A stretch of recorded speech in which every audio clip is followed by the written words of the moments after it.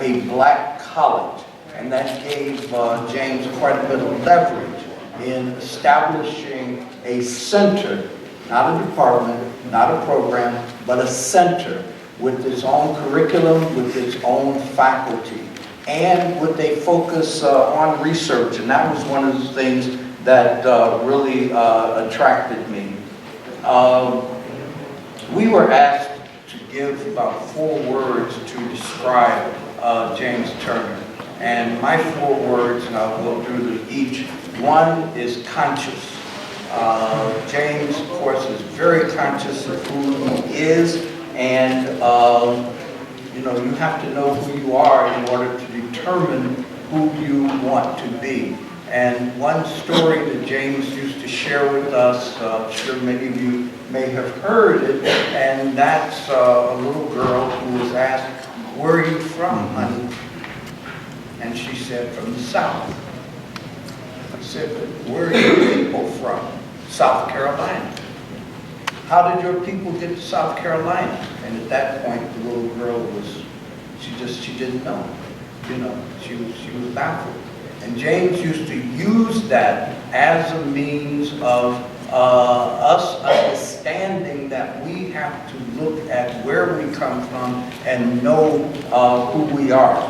So being very conscious, being committed. You heard about the takeover at Northwestern University, and that was one of the means by which his name first came to my attention when I was a graduate student at Roosevelt University. But he has been very committed to the struggle and to the enterprise. You've heard about that. But he's also been courageous. He was someone who stepped forward at Northwestern, and as John Bracy explained, they did not lead the movement, but they did support the movement.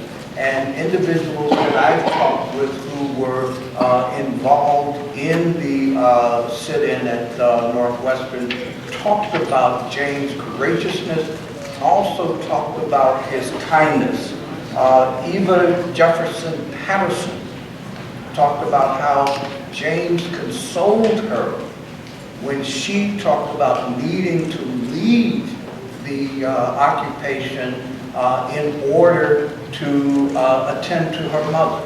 And she said she was very appreciative of his kindness there at Northwestern.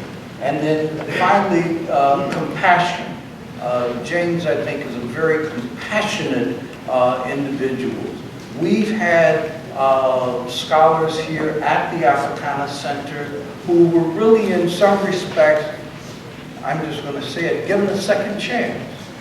I remember being at a conference and individuals saying, well, you know, John Higginson said to us, he's going to Cornell. John Higginson was about to be let go from Northern Illinois University when James offered him a position here at Cornell. The same thing, and I hope that James Foreman's son knows about this, but James literally rescued James Foreman, the first executive director of the Student Nonviolent Coordinating Committee, off the streets of Washington, D.C.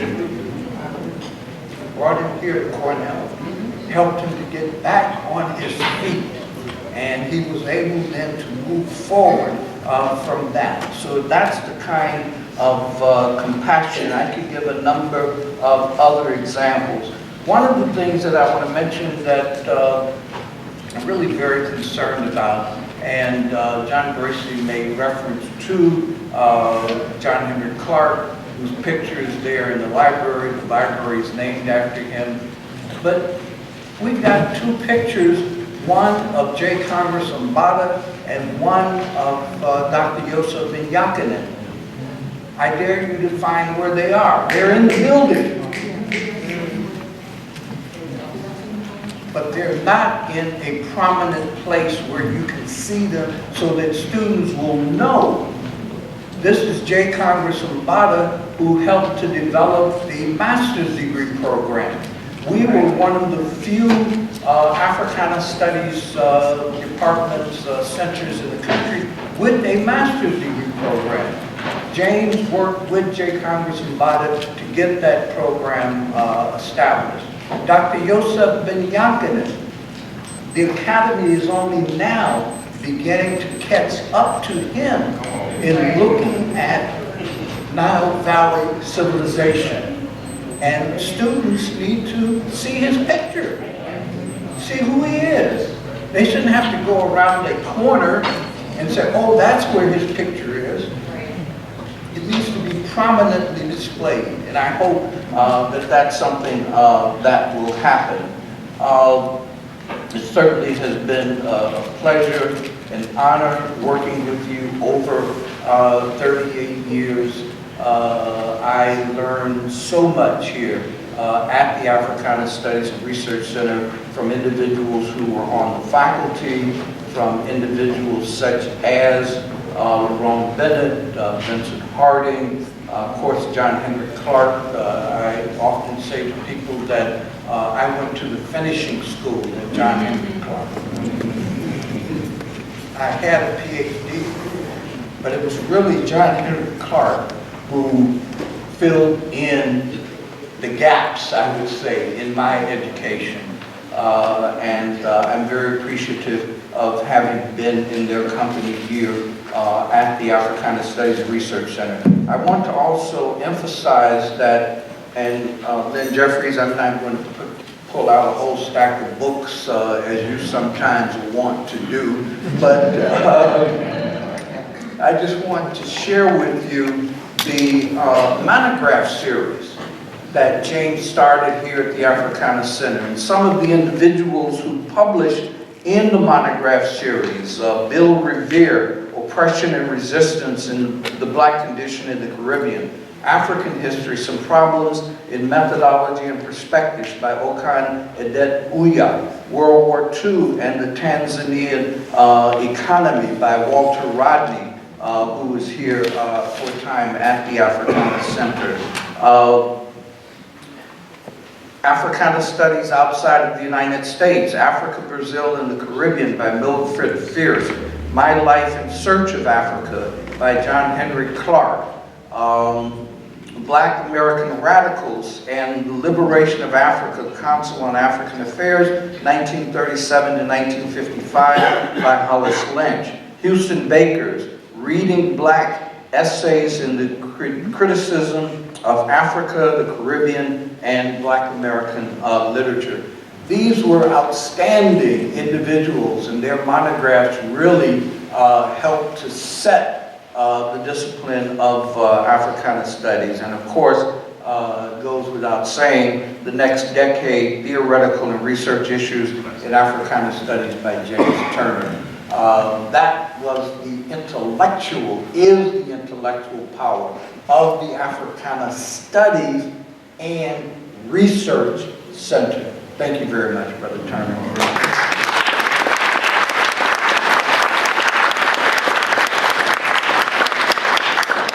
Next, Loxley Edmondson.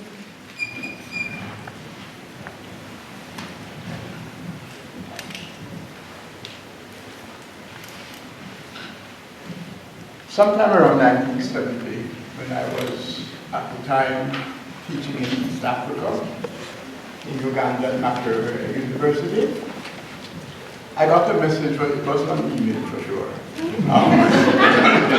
But whatever, from one James Turner, Africana Studies.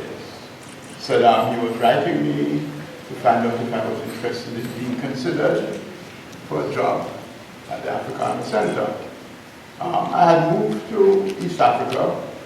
The very late famous Professor Ali Masruri recruited me there to teach courses. I knew nothing about Africa. So I had education first in Jamaica, where I'm from, then in England. There was nothing on Africa. I learned about Africa in England from the students I lived with in a hostel. I looked at it, thought of it today. This was 1957. At the time, when African countries, Ghana, I think, got independence that very year. I had a Ghanaian there, I had somebody from Nigeria. For the first time, I met authentic Africans, if you know what I mean. Because we in Jamaica, we are 90% of African descent. But I thought the real culture. So, and I was there, and Ali Masruri and met me at the conference, and he recruited me because he said he was impressed with my Caribbean background and the fact that already I've been doing a lot of research on the African American situation. That is what really got me into this area, the African American challenge. We in Jamaica were very much influenced by what was happening here, not least the way in which African Americans were fighting to overcome the system of oppression and creating jazz, boxing, Joe Louis, that goes way back, Sugar Ray Robinson. So much so that even after school I went to Jamaica one Saturday, they had some boxing tournament and I decided to go in the ring. After I got one hit on my nostrils, I decided to retire permanently. I can't forget that. And so we already were aware of this type of thing going on. So anyway, James wondered if I was interested, and we went to the road to say, I said, a pity you wrote me so late because I've been approached by the government department here. They contacted me if I was interested in a job in government, and I'd accepted it. So I said, I've already accepted that, but at least I'm coming to Cornell, and we'll hook up then. So it was when I came and saw the situation developing here, we became very close friends at that time. And to this day, I am astonished when I think, to put it simply, that they plucked somebody out of graduate school to set up an institution. And this is the result. I mean, by every test, it's a monumental feat. In terms of syllabus, in terms of naming the center, many were black studies, some were Afro-American studies. None of them called them Negro studies, of course. That was called by now. And so those are some of the things. And I remember too, if I may just do a little thing, I did my PhD in Canada, and I remember once, sometime, traveling to New York to do my research. My PhD thesis was then on the end of the ACP, Race, Politics, Education. I was always interested in the racial condition here. And I remember stopping in this town called Ithaca late at night. And I remember, I said, who the hell would want to live in a town like this? I wouldn't never dreaming that I blame James for that. I blame James for that. Anyway, still as I was, I've been in Ithaca for well over 30 odd years, if not more. And as fate will have it, I left, went back to Jamaica, then came back to Cornell here through Southern Illinois, this time to Africana studies. So a lot of my professional life was spent in Africana studies, and with my African experience, my Caribbean background, my knowledge of Black America, and so forth, it was the ideal place to be. Let me make just a few comments here. His impact on my own academic development was astonishing. His and Janice's enduring friendship is something I've always treasured. It also included ties with our respective children at certain stages of this connection.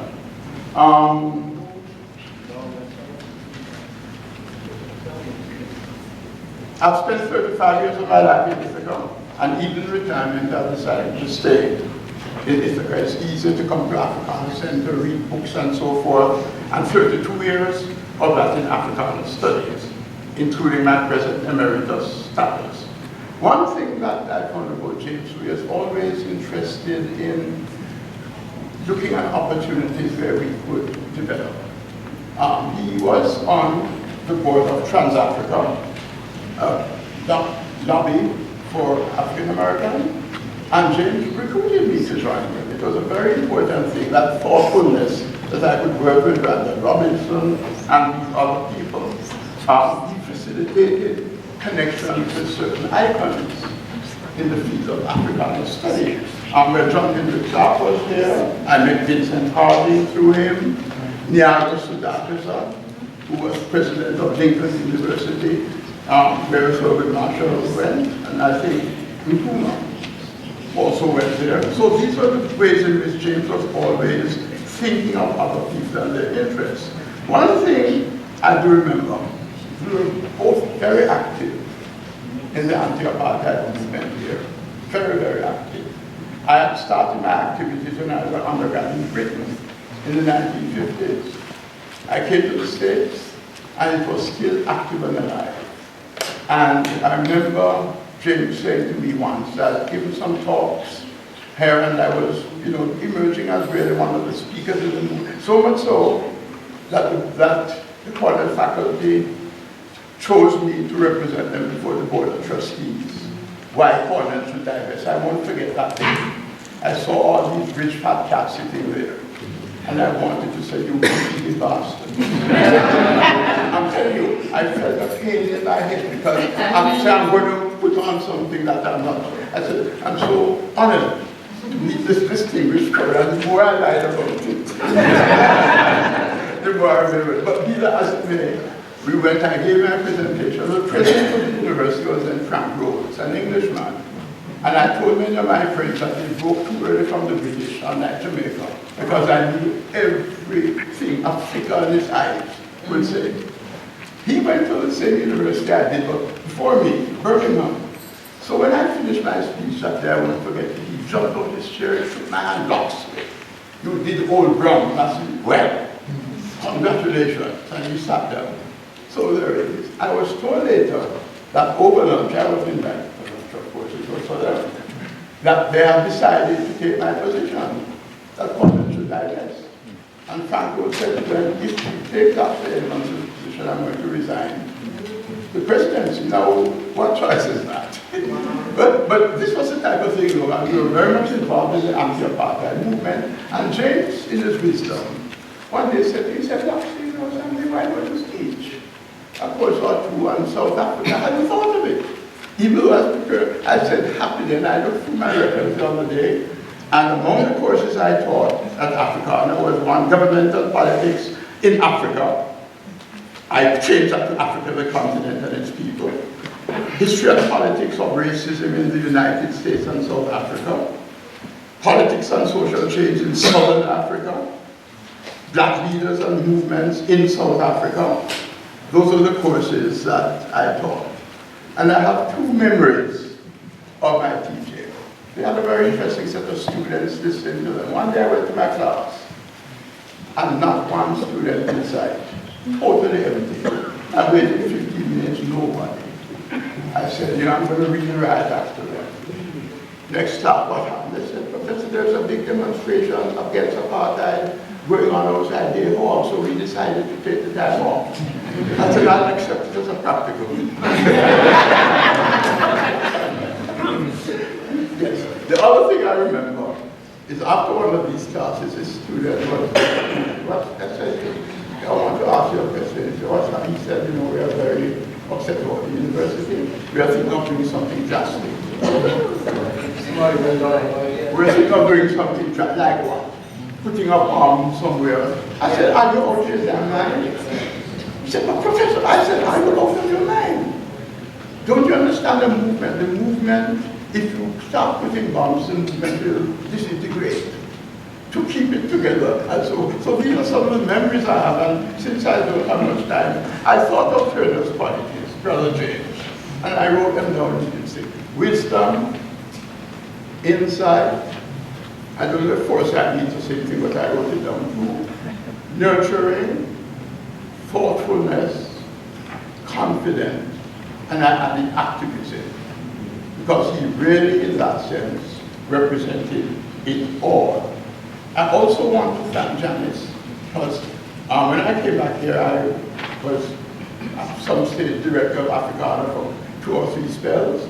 But how, in the position where she was in the Arts College, how helpful she was in regard to advising students. We have students who advise us how to use stuff. Janice, tell me how to solve this problem. There's no problem there. Thank you very much. And I want to mention one personal thing too. I was, as a single parent, bringing up my 2 children in Ithaca. I remember leaving the house, 3 of us alone, their mother in Florida, and one morning rushing to get them to school at home. I tripped over the stairs and fell right down the stairs, right into the wall. I saw my children's face. They couldn't believe it. I knew I was injured. I didn't quite know how far. I said to them, get the phone for me. Phone Uncle James and Aunt Janice and let them know. So the phone call went. Within a few minutes, Janice, perhaps they two were there, saw the condition I was in, and if my memory serves me right, Janice, correct me if I'm wrong, you were supposed to travel that day. And he said to me, I'm going to postpone my travel. I'm going to look about the kids, got me to the hospital. Now that is what you call, what do you call that? Yeah. I have never forgotten it. I walk on the stairs a bit more cautious now. Although you may be surprised to know, once I was walking upstairs here reading a book and I tripped. I no longer do that. So these are just some of the things that I want to say about the Turners, and I hold you responsible for the fact that I've stayed in Ithaca so long. And thank you for me.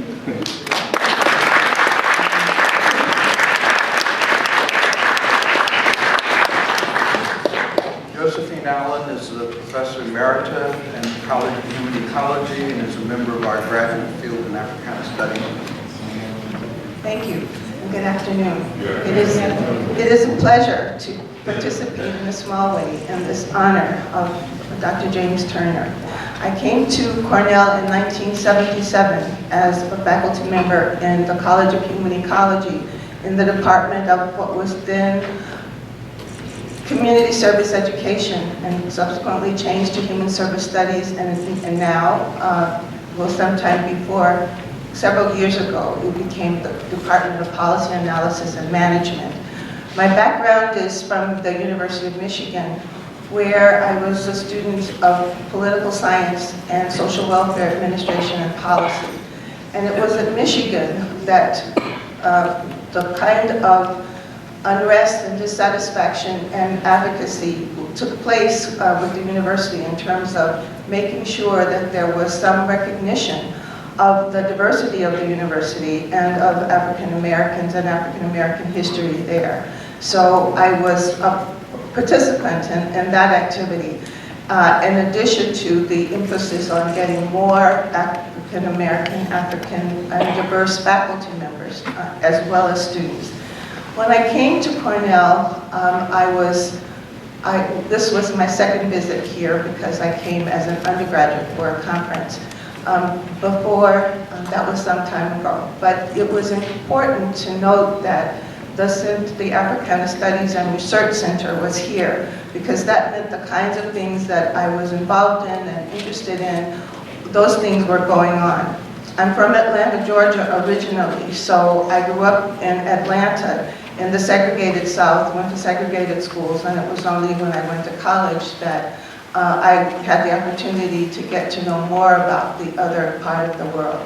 My background in Atlanta was very, very important, and my family was very important because I had a feel for, I had knowledge of the tradition, the African American tradition, and the contributions that had been made. My grandparents and my parents were college graduates, so I had that to build on, and I was very interested in making sure that my work in teaching was going to make sure that that content was included in the efforts that I made. Here, as a member of the graduate field, I had the opportunity to work with Dr. Turner in advising students, and that was a very, very rich experience. The experience as well of attending all of the lectures and all of the occasions when all of the visitors that you've heard about from not only all over the US, but all over the world, were here to provide knowledge that enhanced the experience of Cornell. You've already heard about the apartheid movement. I was a part of that and was very, very sad that the decision was made not to divest from the work in South Africa. The students were involved, the faculty was involved, and it was a very serious effort. Working with other faculty members and with Dr. Turner made that an extraordinary experience. One of the words that I was thought of with respect to Dr. Turner was not only his involvement in the intellectual environment here at Cornell and at other universities, but also his commitment to working in the community, meaning in the Ithaca community in downtown, making sure that there were efforts to include as well as to inform and to assist and participate with our Ithaca community. That I think is particularly important given all of the issues that were present then over time and that are present now. So that kind of involvement is an opportunity for students who are currently looking at things that are going on, knowing the importance of that level of involvement. So Cornell was a place of intellectual advancement as well as a place of understanding the commitment and the need for commitment to community, and community not just in Ithaca but abroad. Globally, I had the opportunity to spend some time in the Gambia, and I met a person who later became one of the mayors of Banjul, the capital of the Gambia. And when he heard that I was from Cornell, he immediately asked about Dr. Turner and Mrs. Turner. And he, upon coming to visit sometime years later, he made sure that there was an opportunity to say hello to them. And so that's just one small example. I'm sure a very large array of exchanges that have taken place over time. So the importance of the Africana Studies and Research Center cannot be overstressed, and the contribution of Dr. Turner cannot be overemphasized. So to him and to the other members of that faculty, which provided a place, although I was in human ecology, it was especially important to participate in a larger environment that was more inclusive and that was more attuned to the kinds of interests that I had. Thank you, Dr. Turner.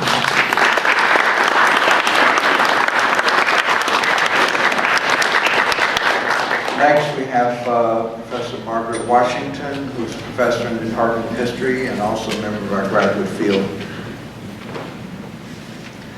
Well, thank you. Thanks for the invitation to speak and to honor Dr. James Turner. I came to Cornell in 1988 from UCLA, and I have to say that I at first applied for a job in Africana, and I was not offered that job, and I was very shocked when the history department, I don't know what the backstory is, but the history department called me and asked me to apply for their position, and which they were just opening up, and I applied for it. I got the offer in November of '87, and it took me until April of '88 to decide to come. In the interim, I thought about it, and I actually talked to people. The position I applied for in Africana was a joint appointment in women's studies in Africana. And the so-called feminists at Cornell said, well, the reason you didn't get that job was because of James Turner. You know, he's a misogynist, and he said you were an establishment historian, and because you were demanding tenure, then they didn't want to be saddled with you. So I said, oh, really? And I thought about that, and then I thought, I've got an offer from the history department. One unit doesn't want me because I'm establishment. The other one wants me because they think I'm establishment. And I said, this doesn't look very good. And I had a conversation with Bob Harris, which he probably doesn't remember, but he said, you know, I've been admitted to the graduate field in the history department, and this is an opportunity to bring in PhD students to study African American history. I do the 20th century, you do the 18th and 19th, and we can get a cadre of students here. And I thought about that, and I also thought about some of the reasons I was interested in the first place in the Africana position.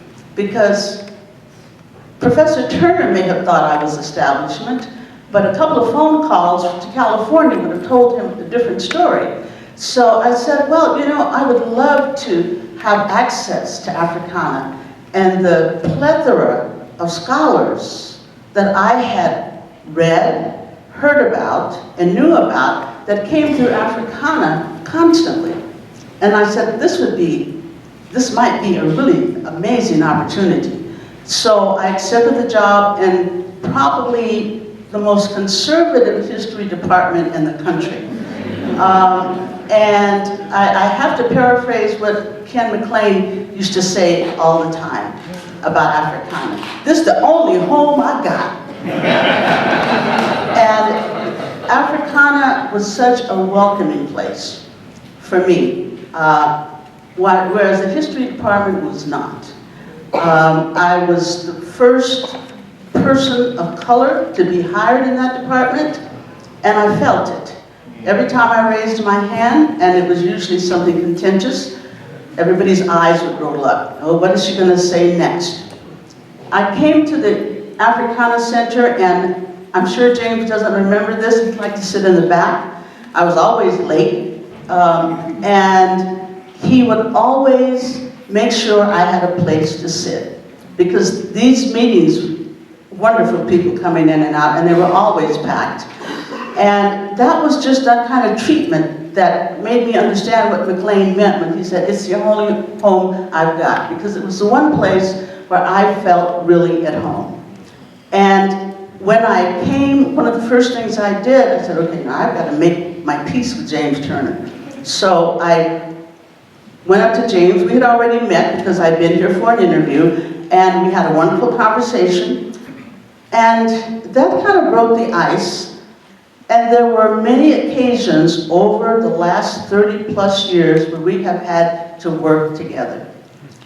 First of all, when I got here, Professor Harris was the chair, and he said, you know, we are struggling to divest, and we're having a big rally, and we'd like for you to join us.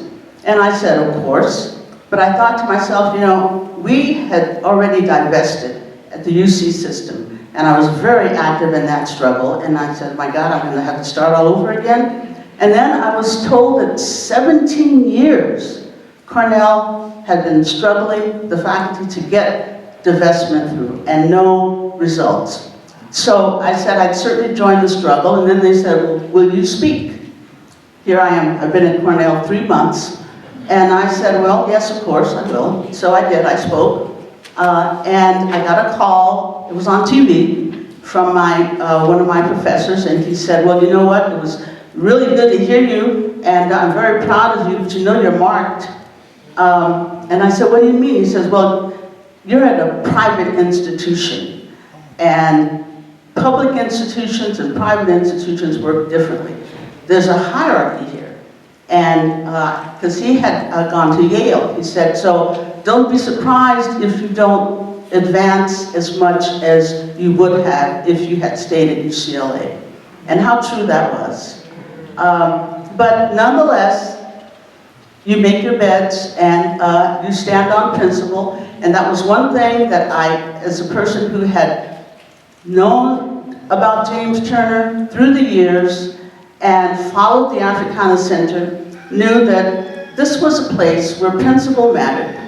And so, okay, I'm in the history department, but I am a member of the graduate field in Africana, and I am going to persevere and work very closely with Africana. And so in my years here, I've done that, and it has been one of the most rewarding experiences I could have. And to be honest, in spite of the trials and the struggles in the history department, I have to agree with McLean, this is has always been home. And a lot of the issues that arose that James and I worked on, as well as Edmondson when he was the director, Harris, I can't really talk about, but they know what they are. Things came up, we had to work together. on this, in this institution. And it's been a great ride. Now that I'm just about at the point of retiring next year myself, I can say that it has been wonderful in the sense that I have worked with amazing people at the Africana Center. I've worked with James on a number of issues that affect not just Africana, but the university itself. And, you know, these institutions try and divide us. And my being in the history department has been a real experience in terms of understanding how that divisiveness can essentially break us.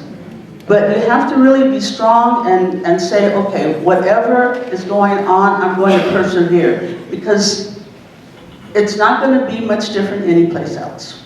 And so I've been very rewarded by working with Africana and the experiences that we've had. And I'd just like to point out a couple, because this idea that was perpetrated by the so-called feminists, that James Turner was a misogynist, nothing could be further from the truth. And I want to say that because my 2 stars of my graduate students in the history department are women.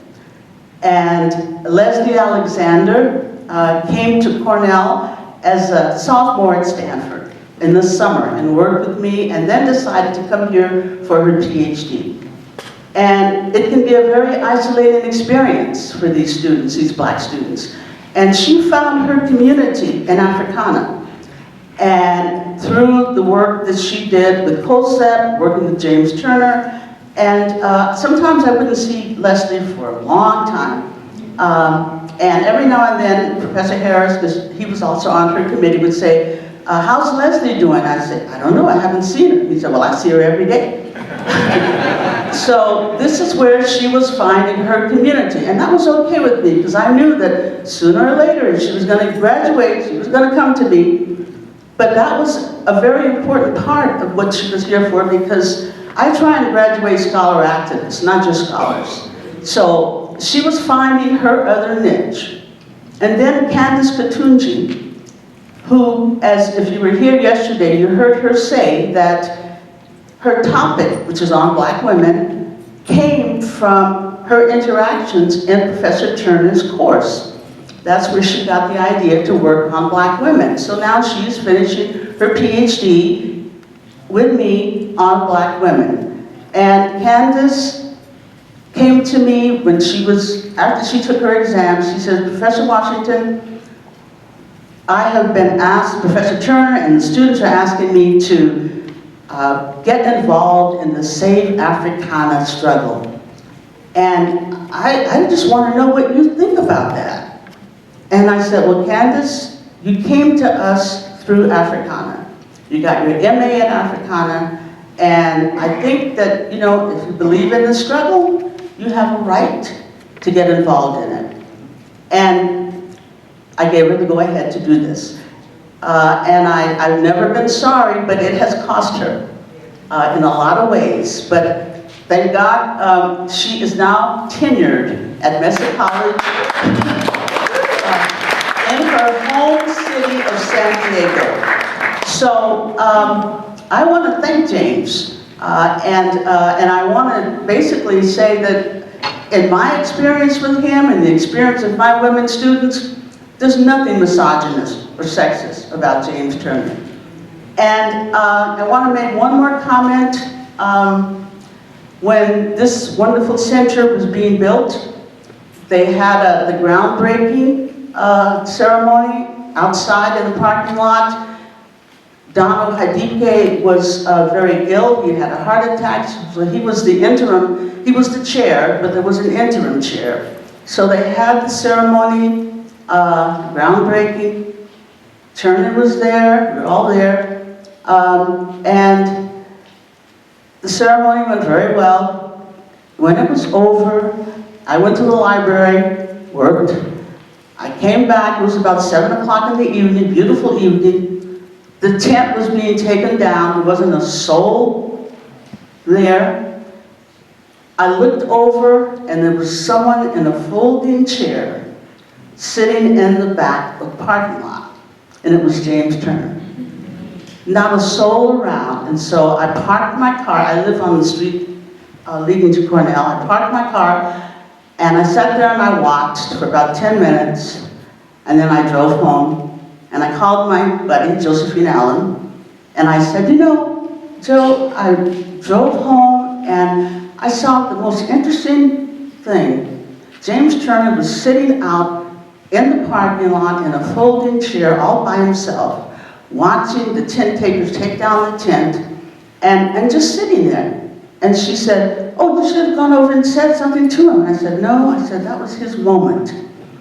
And James, I often wonder what you were thinking when you were sitting there.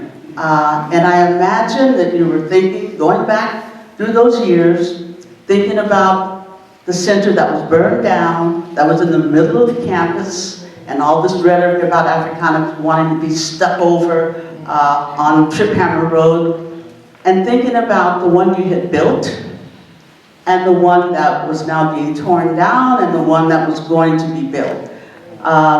And it's still your house. The one that was burned down, you built. The one that came down before this one, you built. And this one, because it's not just the house. It's what it became and what went on all those years. And so it's still your house, and we thank you for building it.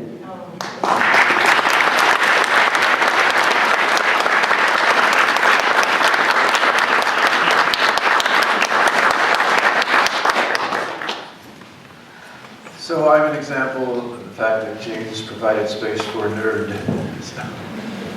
I was extremely shy, and then when King was assassinated, I went through a radical identity change. I ended up in Evanston, Illinois, the head of the West Side Service Center. On Sundays, I would go to Chicago to the OBASI meetings, Organization for Black American Culture, where Don Oley would host the sessions, and Phil Peran would play the drum piano in the background. And Hoyt Fuller would sometimes visit, who was then the editor of Black World. It used to be Negro Digest.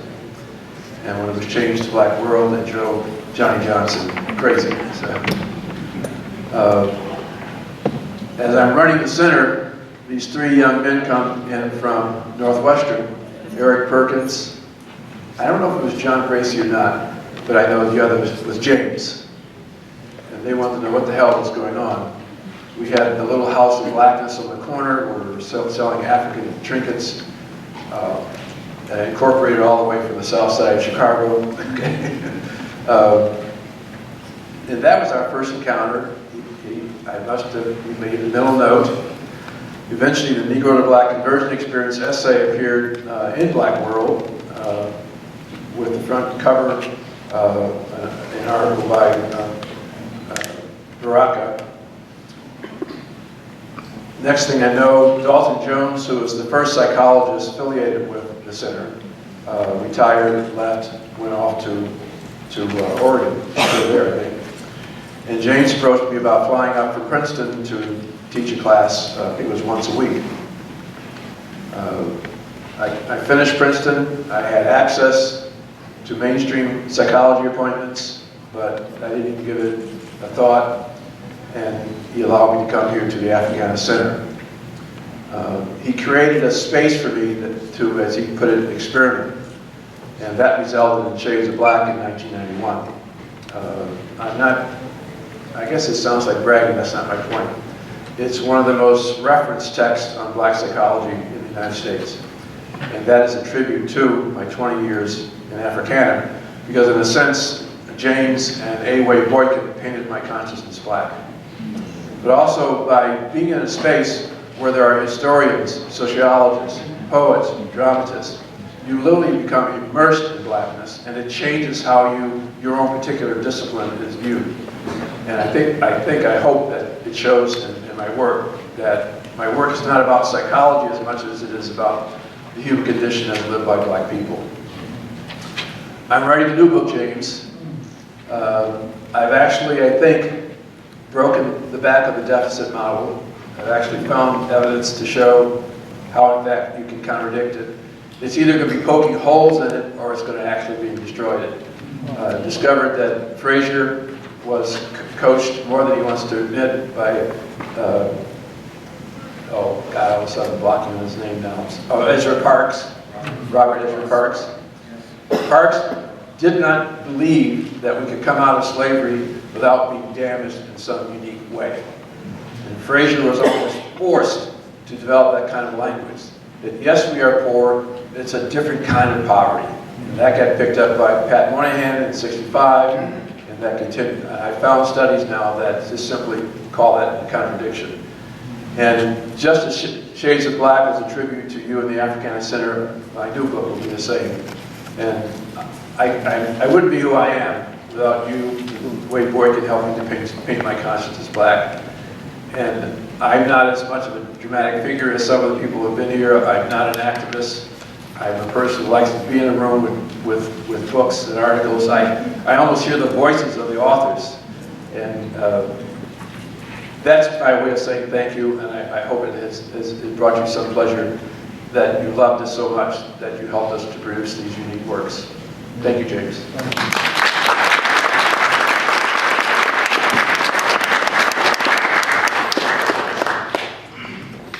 Thank you. I would like to thank my colleague and sister, Professor Richardson, for the passion in working on this meeting.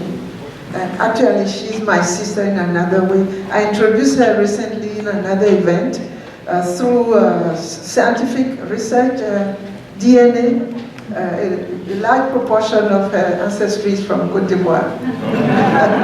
Just like Kwasi Konadu, we're from the same area. Yeah, yes. Well, I met Professor Turner the first time while I was studying at the University of Chicago. Is my boyfriend, who became later my husband. He still is. He's the one studying in the political science department who told me about this person who's involved in the building of Africana studies at Cornell is coming. So we went. You know, as Michelle Obama mentioned, University of Chicago is in the South Side, but is not off the South Side. So during my 6 years there, I was never taught by a black professor. And I took classes with no more than 5 black students. Not only African American, but blacks from anywhere. So when there was somebody like Professor Turner coming to town, well, it was big excitement. We went, we made some comment.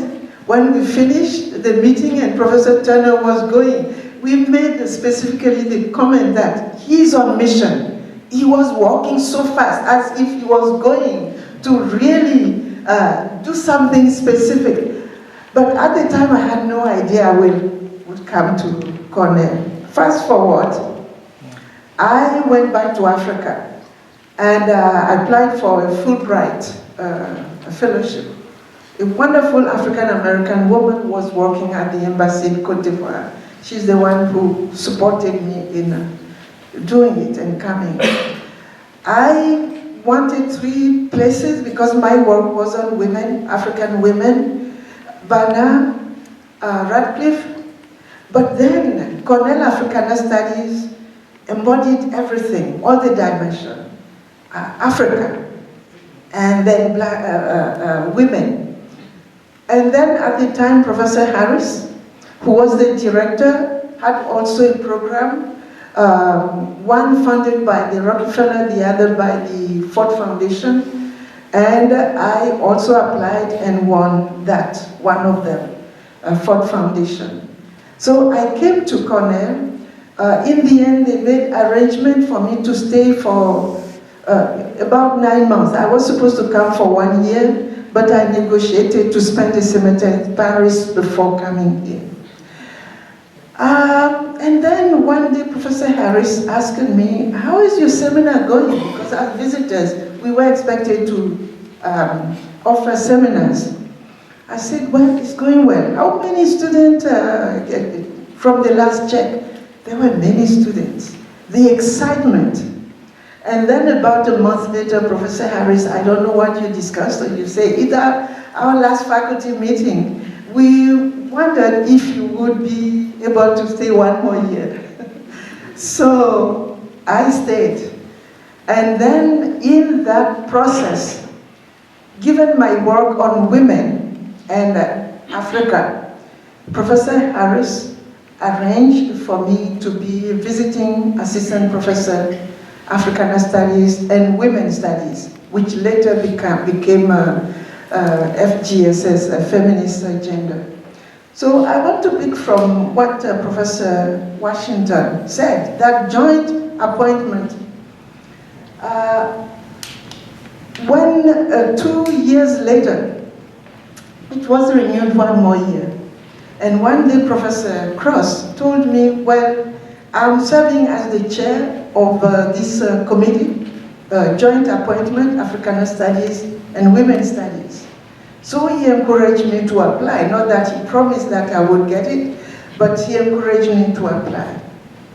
I did, and eventually, after a very long process, I was offered the position. I was really excited. Until one day there was Kimberly Crenshaw, who came back to give a talk, invited by, I think, Women's Studies was involved. At the reception, she asked me, who are you? I saw you, positive vibes in the presentation. And I was so excited, really, to have this space, Africana and Women's Studies. Can't be better. So when I told her with my excitement, she said, who did that to you? How are you going to sustain that?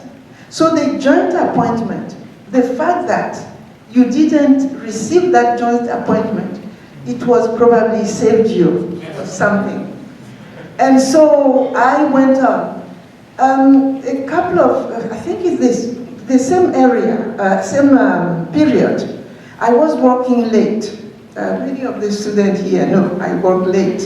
Even when my children were young, I would go home after dinner, we tell the bedtime stories of our own, not Bambi, real of how I was saying recently. I told one bedtime story that was a year Asante were fighting the British and all they did and sent her in exile. And I was telling the story recently and he said, our older son, well, if the British did all that nasty things to the Africans, why when we were in Lome, I went to the British school? So, anyway, I come back and work late. And I was working late one night when two students came and said, Professor, we're organizing a big meeting. I think it's Leslie who mentioned that, the Random House assignment. And they wanted to dismantle Ujamaa. The euphemism from Ujamaa was program house. There are many program houses. There is a ecology house right here behind Africana. But it was Ujamaa that was the problem. And so they were doing this program. And so the student came to me and said, can you be one of our keynote speakers? We're organizing this big rally. For the first time, we and the,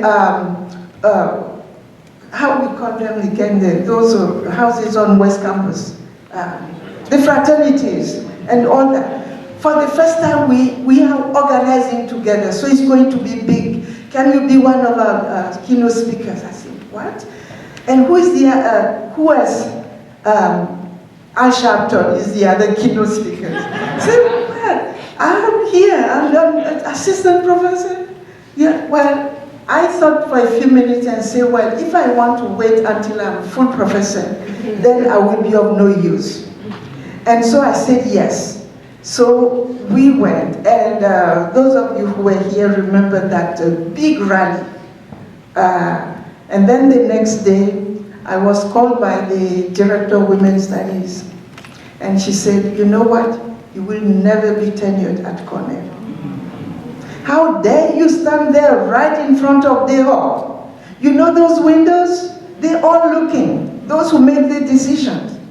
Well, we don't have time for you to hear the discussion that followed. And so, yes, indeed, my tenure was not an easy thing. There was a fight. Professor Washington, Professor Allen, they were all my sisters helping. But Africana Studies was where the fight in terms of making sure that my work would be recognized. At that time, Professor Turner had become, again, director. It made a big difference to see all of you solidly behind me. Because some people had already spread the news that Cornell had denied me tenure. I go to Dakar and say, oh, I'm so sorry, Cornell. Say, what? So they were so sure. But Africana was here. That's why I'm here. So I want to thank you for fighting the fight when it matters to so many other people. I want quickly to say that being away from home, Côte d'Ivoire, my children didn't have the opportunity of being part of our large extended family on both sides. We traveled every 2 years, but it was not enough. So Africana became the home. I want to take the opportunity to say that from Mrs. Rowe, who was their grandmother, and my mother, Uncle Hadike, and more recently, Jackie Melton Scott. Jackie was auntie. Eric, we visited her, one of the visits in the hospital. She had difficulty speaking, but she struggled to ask me, how are the children? How is your daughter? And she made sure that her granddaughter, Eva, and my daughter connect. So I want to use this space to acknowledge that. Because Africana was created not in that binary conception that an intellectual space is neutral, where you come and produce knowledge, give knowledge. Is also a home. It gives meaning to our lives that are not in small drawers. We are human beings operating on every front at the same time. Well, I know time is very short, so I'm going to skip some of the things that I have written here. But I wanted to refer to the idea of Sankofa. I had a famous quote, Eric knows that, my famous quote from John Henry Clark. What is the meaning of history? History is a clock that people use to tell the political time and cultural time of the day. It is also a compass that people use to find themselves on the map of human geography. History tells the people where they have been, what they have been, where they are, and what they are. Most important, history tells the people where they still must go and what they still must be. That's what Africana Studies is. And as illustration, quickly allow me to give share with you something that illustrates the process, the holistic nature of how Africana was conceptualized. That letter, A, at the end of African, philosophically made a full difference.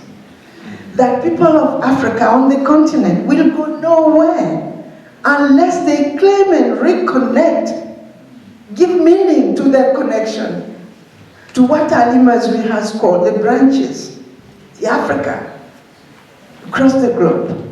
And our people in the diaspora, whether they came before Columbus and they were free to come, or in jail, they will not be able to advance if they don't claim that connection to the African continent. So you sharp intellect, vision must be acknowledged. Part of my training is in education, and so I value very much and one of the courses I teach here, I do research on educational innovations, and actually we have a project, Professor Turner, when the weather is better, we will start that series of interviews to write that book on Cornell as an innovation, Africana studies as an innovation. And so I am interested in how ideas are transformed into curriculum. So a few years ago, I was a member of the campus-wide language council, and I wrote a report. I was also chair of another committee that was formed here by the then director, Gerard Achin, on African languages and international programs. Allow me to read this as an illustration of how they made how they gave meaning to every dimension of the program. So I interviewed Professor Turner in writing my report, and I will read quickly a section here. In interviews conducted with Professor James Turner, founding director of Africana Studies and Research Center at Cornell, he explained that the articulation of African languages constituted an integral part of the conceptualization of the vision and mission of the curriculum of the Africana Studies. Indeed, at the inception of Africana Studies and the quest for its establishment as a new and legitimate field of study, the teaching of African languages was deemed a fundamental component. He continued to argue that at that time, the perception and treatment of African languages in the American academy and society at large reflected this negative narrative associated with the location of Africa and its people in Western and American imagination and in knowledge acquisition and production. Thus, in the specific of Cornell University, in the founding of the Africana Studies, African languages were considered to be of the same value as African history and broader culture in providing a solid education for students, researchers, and various professional needs. Okay, I will not quote the whole thing, but the idea when I interviewed Professor Turner, at the time the Tarzan movies were going around. So African languages were considered to be vernacular. There were all sorts of terms that were used. And what he said is that instead of seeing the multiplicity of African languages as a sign of extraordinary creativity and the value of diversity, it was shown in the negative way. And so the other fight was that African languages would not be taught as something on the side, but they must be on the same level as all the other languages, European languages, Romance languages, in fulfilling the language requirement at Cornell University. And that was not an easy battle, and they won. So that's something I wanted to share. I have to conclude by, where is, okay, yes. I would like to conclude by talking about the other continental experience. Some of my former students asked me, do you still travel a lot? Yes, I do. Because being involved in the community, our community is broad, is also on the continent. So some of us do outreach in the continent. So from Egypt and Tunisia to South Africa, Senegal to Ethiopia, everywhere I go, somebody asks about Professor Turner. I said, my goodness, this man traveled? Is it how long he lived on the continent? And then I learned more recently when Dean Turner told me about the experience in living in Kumasi, details.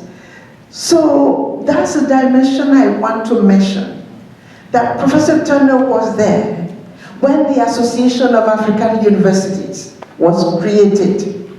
And you are acknowledged, recognized. Exactly a week ago, I was in Nairobi, Kenya.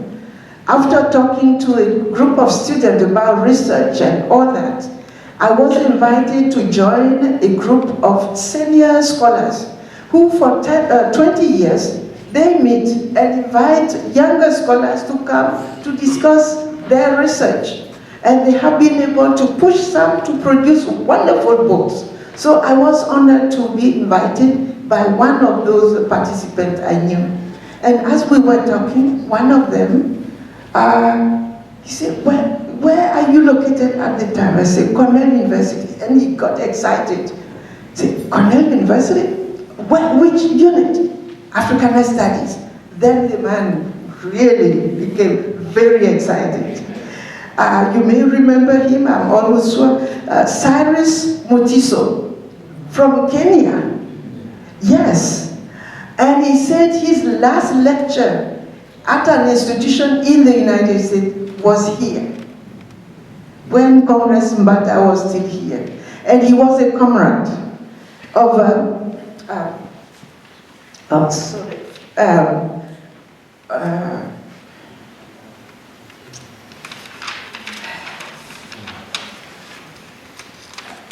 well, I think I'm going to shorten it, but we had a very long discussion about the meaning of this site, the fight, the possibilities for Africa and the African diaspora to rise as a power globally and they missed opportunities. But he was very hopeful still. So finally, I had a mentor. He never taught me, but became a mentor. These are because of my colonial past. Professor René Cligné, a very famous sociologist. And he's now retired. He taught at Northwestern and Maryland. Whenever I go to Paris, I visit him and his wife. He's in his 90s. So one day, when he said, but at Cornell, exactly where you are, said Africana Studies. And who's the director? I said, Professor James Turner. He said, James Turner? I have to come to visit. And he said so many things of the James Turner he knew at Northwestern. He said, those students that you know they're going to do something great in their lives.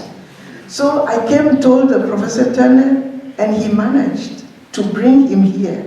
And it was interesting for me to see Professor Turner and his professor.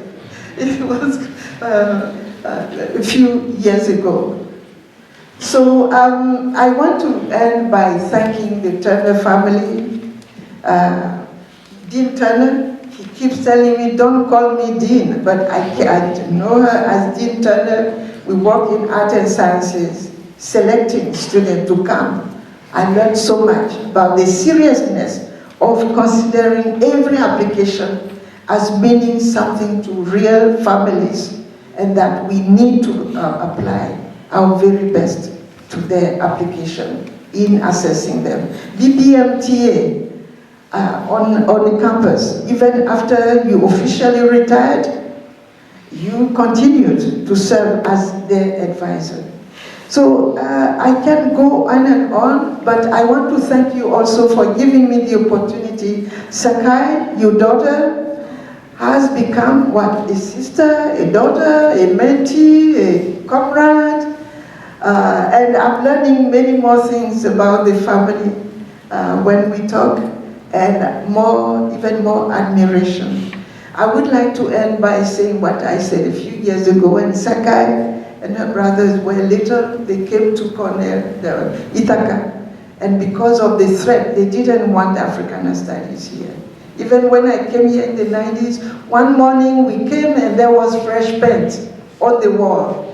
Professor Harris was the director, because somebody has written slurs on the wall, so it had to be painted over.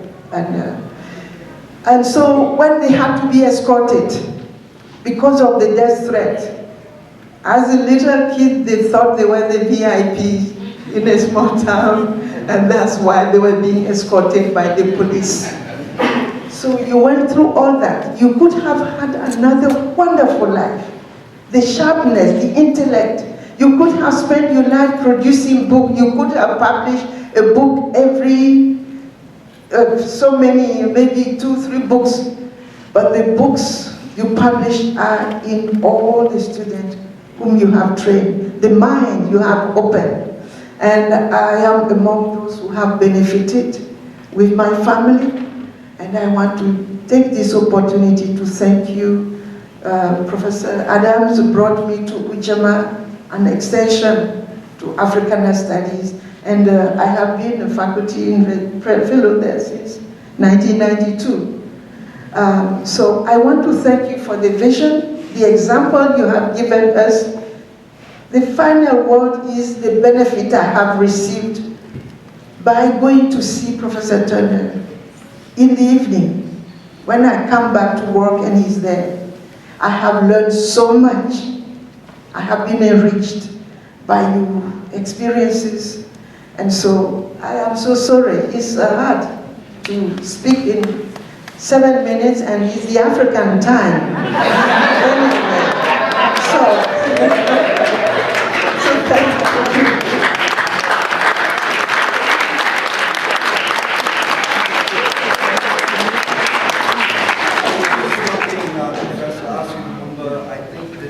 Probably have spent perhaps too much time in the United States, and that you've been influenced by the Baptist minister at least 3 times as I bring this to a close.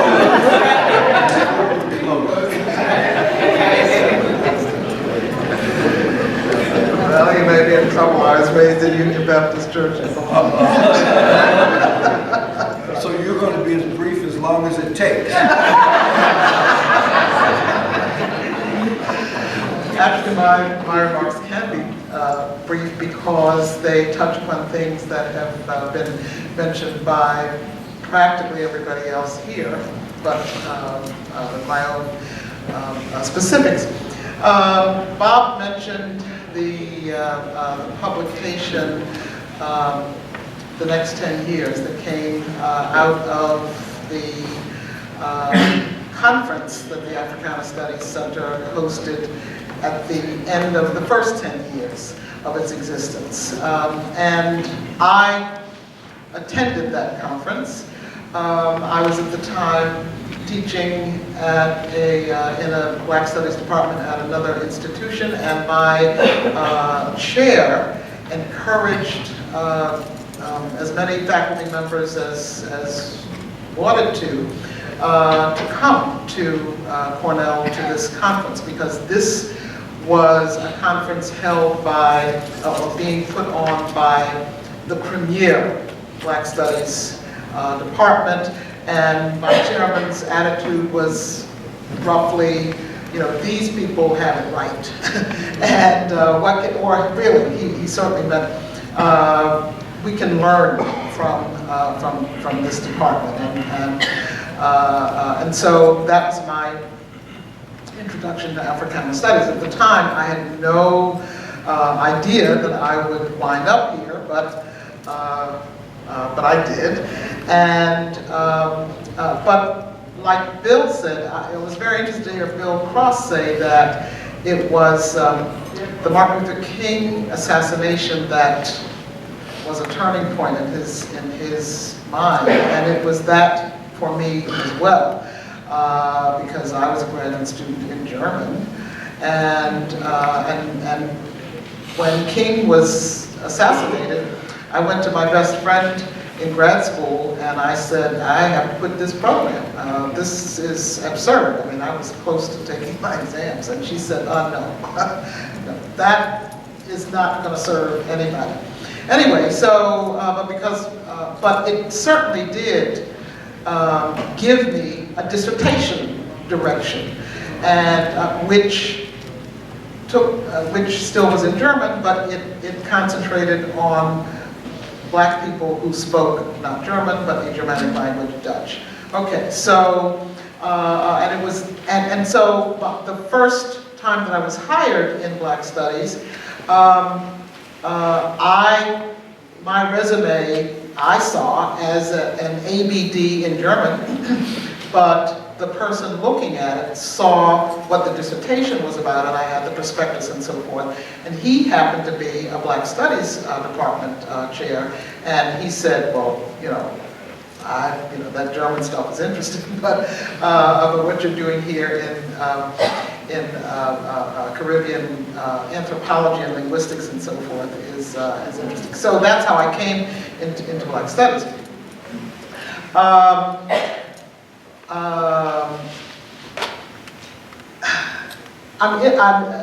I think that the testimony to James Turner's contribution are the students who have spoken, and I was particularly gratified, seeing and hearing Leslie and Rosa and Keisha, whom I didn't know. She came soon after I retired.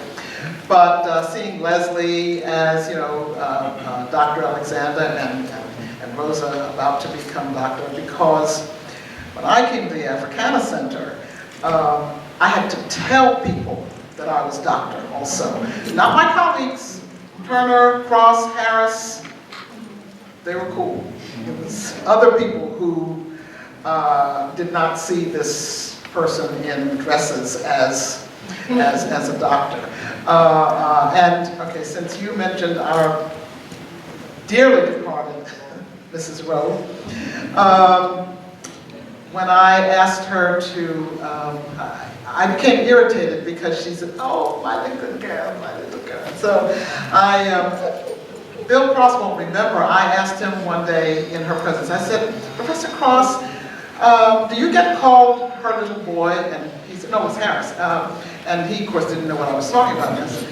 And so I said, so I'm not a little girl either. And she said, but it's out of love for you. And anyway, so the only way I could get the point across was to say, I am one of their colleagues, I'm a professor just as they are, and I would appreciate it if you could refer to me in the same way. And I hurt her feelings because she said, you mean like women's lib? So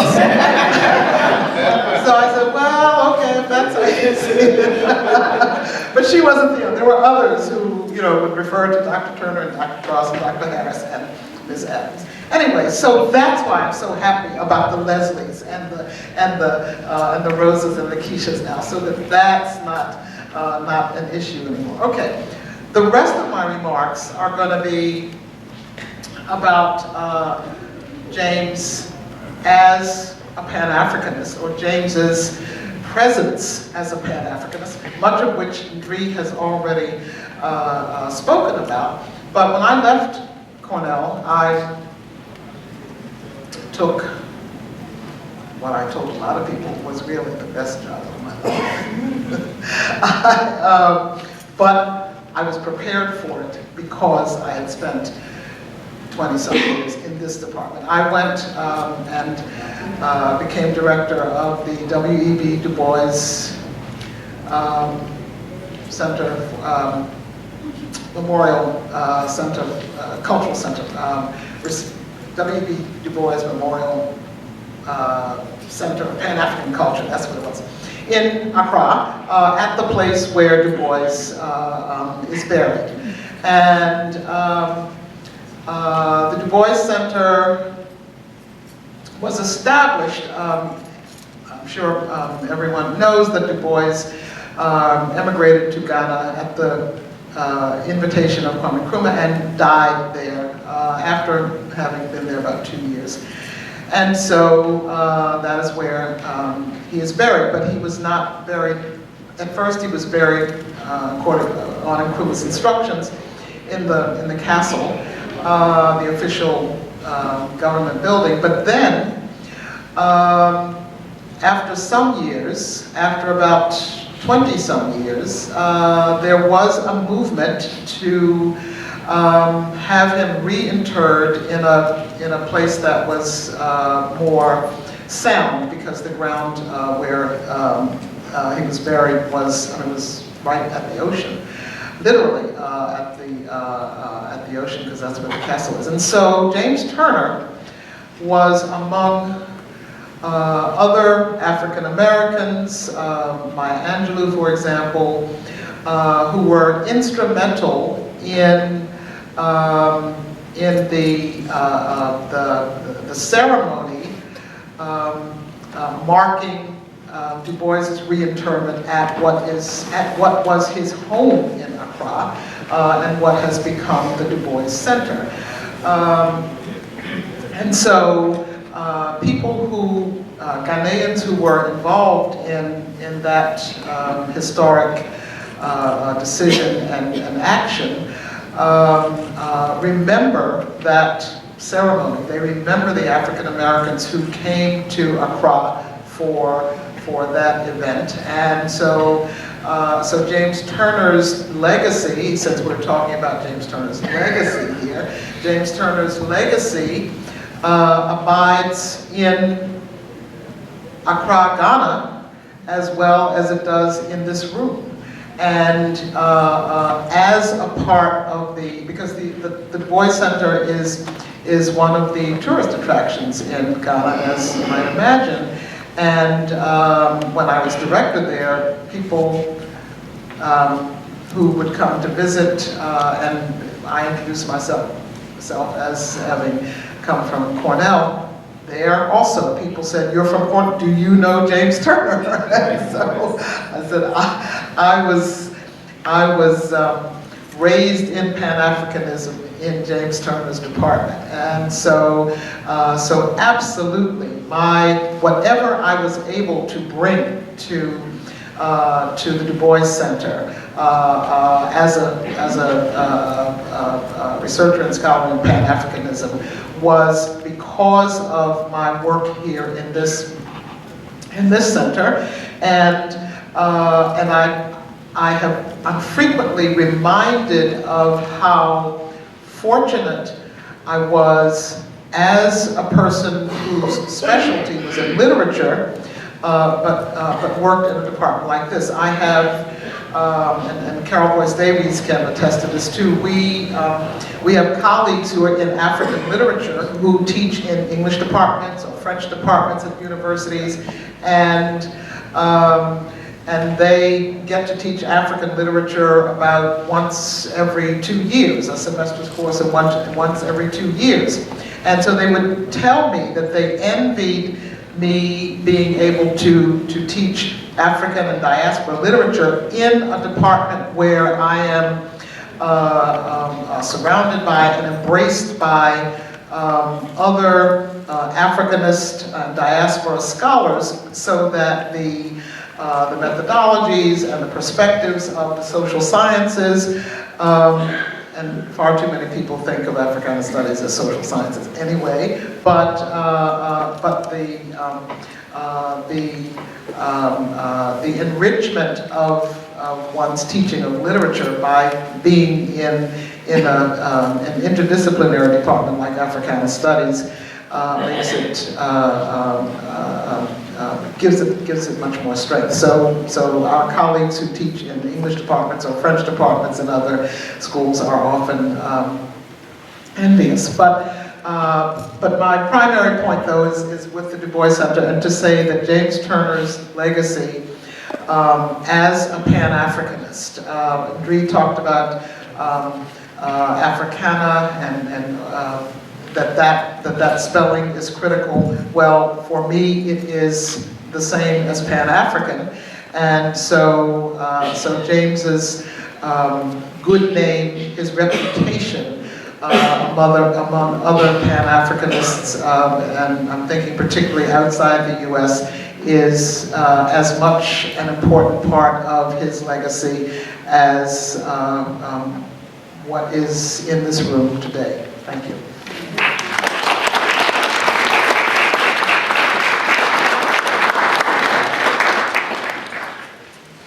I would rather stand so that I could see the people back there from this corner. I guess I'm the odd person in this group because, for one thing, I don't have any intellectual relationship or association with the Africana because I am in the College of Engineering and qualified Cultural and Life Sciences. So my background is engineering. And second, I'm not invited. I asked if I could speak for 2 or 3 minutes because I did receive 2 letters from 2 friends who are admirers of James Turner. So that's what I'm going to read for you. But to reflect in my case, when I came to Cornell as a young assistant professor, I couldn't find somebody who looks like me or who speaks like me. So, and if I go downtown, I couldn't find anyone who cut my kind of hair. I had a lot of hair at that time. So what I did was, after work, I come to Africana. I made friends, and we chat, discuss politics and all that. And sometimes to go out to have coffee or tea. The reason that I used to come here is because I felt very comfortable in the language of guerrilla warfare, because I came from Eritrea, that fought 30 years of war. We talk about base area and front line. The front line is where the fighting is, and the base area is where it's impenetrable. It's the safest area. So Africana was my safest area. That's what I felt comfortable, just like my colleagues said here. So that was my base area. So now I would like to read for you the 2 letters that I received. One is from Ethiopia, and the other one is from here.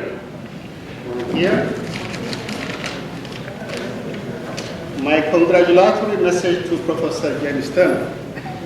I was introduced to Professor James Turner for the first time in February 1976 in Bailey Hall. James Turner was introducing late Kwame Ture as a keynote speaker. I was the new arrival to Ithaca from Ethiopia for graduate study in agriculture. Both James Turner and Kwame Ture spoke forcefully and eloquently about black liberation. Both were also talking about Pan-Africanism. The topics were new to me. This is Ayala speaking. I wanted more, and James Turner invited me to visit the African Studies Research Center. I did. I did in a way that changed my life for good. I later joined and served with Africana. I have been engaged in Pan-African projects in Ethiopia.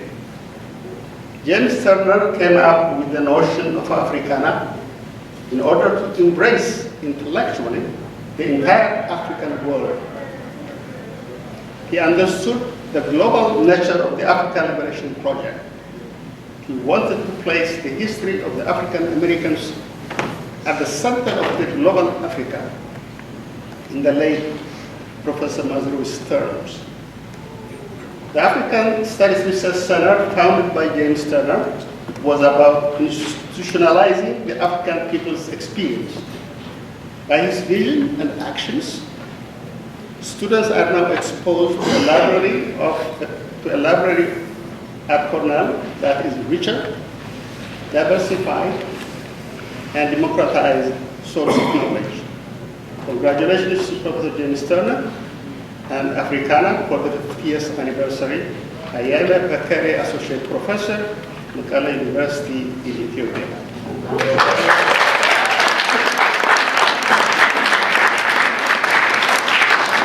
These people had to make it very short because I was told that I would be given only 2 to 3 minutes. The second letter is from Kasahun Chekol, the publisher of African World Press and the Resi Press. James Turner is someone we have to cherish with respect and good memory for all that he is and for all that he has done for our community. Like Martin and Malcolm X, he has led us on solid and clear path of independent and proud thinking when it comes to our history and our being as Africans. For me personally, as I'm speaking, Professor Turner was a beacon of hope and clarity of where I stood and how to go forward with my studies and work in America. Since 1971, when I first made to Binghamton, New York, my inclination was to identify those thoughts, leaders, who will inform my young and restless mind. He was always generous with his time and wisdom. And I took advantage of it in both my scholarly pursuit and my activism. I will always cherish, respect, and hold close to memory this gentle hero of our struggle who passionately fought for our right to reclaim our history, our service, and our place in this world. I'm especially grateful and appreciative of having known and worked with him. He stands tall and strong as a brother who was a true bridge builder between Africans of the continent and the diaspora. Thanks for all that you have given us, James. Kasahun Chekol, publisher, African World Press, Resi Press. So if you see the theme of these 2 letters, 2 things comes to mind. One is community, and the other is changing people's lives. And both of them indicated how their lives were changed.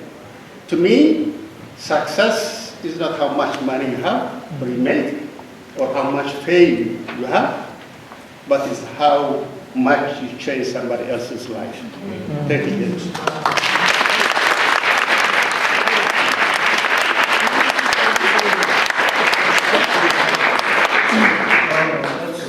Thank the panel again, and I believe we're going to transition. We're going to take a little short break and then transition into the next, okay, about 5 minutes. All right, very good. Thank you.